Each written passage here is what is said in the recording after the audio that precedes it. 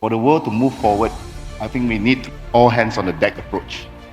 I put this as a 3C approach. The first C is a concession. There needs to be a concession from all actors that the world has changed. It is no longer post 45, post 89, or even no longer the booming 90s. We have to deal with that. We have to acknowledge that. The second C is cooperation. Countries, actors have to find every excuse to cooperate. If you can cooperate in terms of security, please go ahead.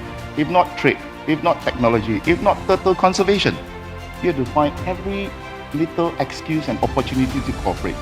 The third C, conversation. I think this is very important.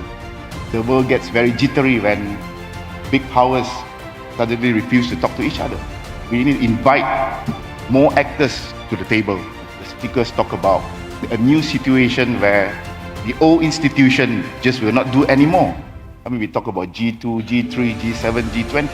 I think even in this grouping, we have to invite new actors, including ASEAN, for example, come to the table and converse. In terms of Malaysia, what we are doing post-pandemic, key thing is that we have to deal with situation of political instability, especially during the pandemic years. So today we have the opportunity to a more stable political situation. So there are a lot of reforms in terms of institutional reforms. At the same time, Malaysia is also having to deal with thinking about 21st century economic setup, reconfiguration, which is why we have launched several economic strategies. Perhaps we can talk about later.